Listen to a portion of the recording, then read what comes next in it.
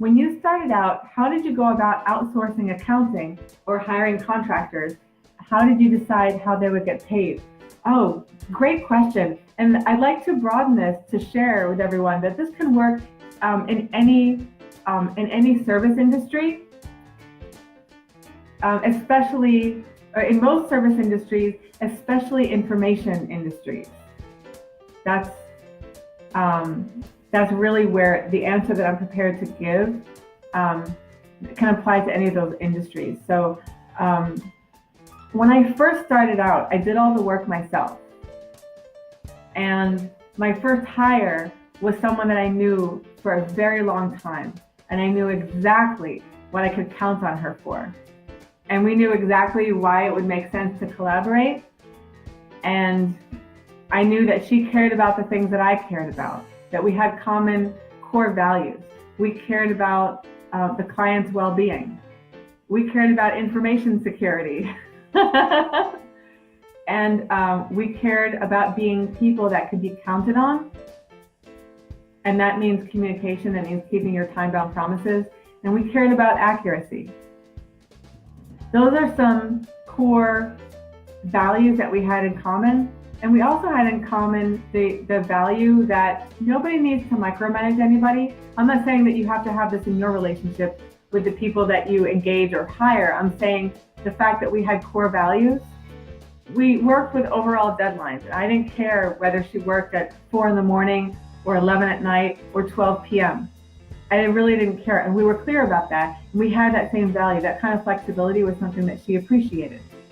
Not everybody likes that flexibility. Some people really need a structure, and they need a leader like you to provide that structure. And without that structure, they will fail.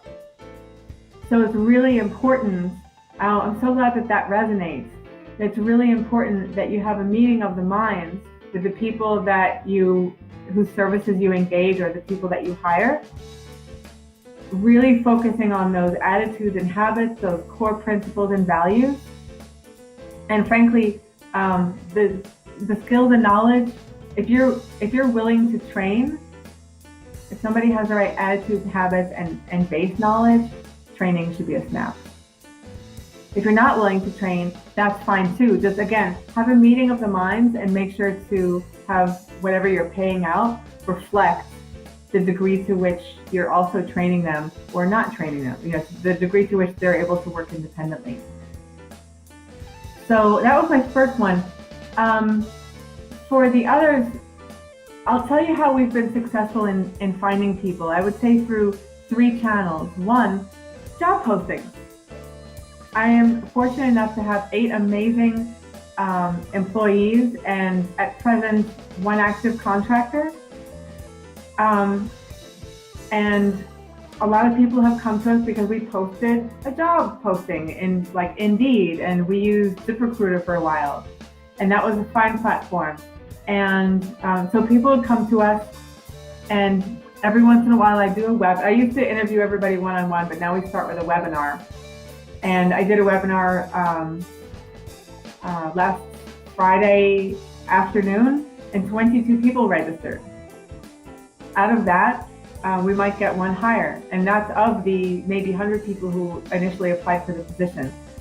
So I'm looking forward to that. The 1 potential hire already emerged, and woo, she's really excited about our mission.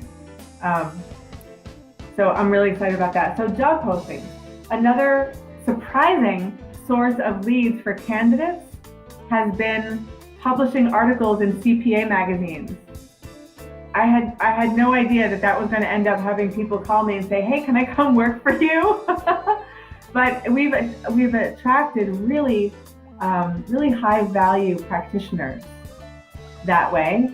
And a third way has been by participating in social media, among other places, in groups with fellow practitioners, and you get to know who shares those principles and values, who has expertise, who's blowing smoke. You can really suss out a lot when you pay attention to how people communicate as well as what they say. So that's how we have sourced our team. We decided to pay everyone on a variable basis because we want to scale, and we are scaling. As such, everyone has variable compensation. We have our business model. We know, for every dollar that comes in, we know 20 cents goes here, 10 cents goes here, 40 cents goes here. We have our business model, and so everyone gets paid on variable compensation. There are a lot of things that are required in order to have that work. But that's a topic for a follow-up question if you like. But yeah, we pay everyone on variable compensation. As such, our only financial risk is the $200 for the background check.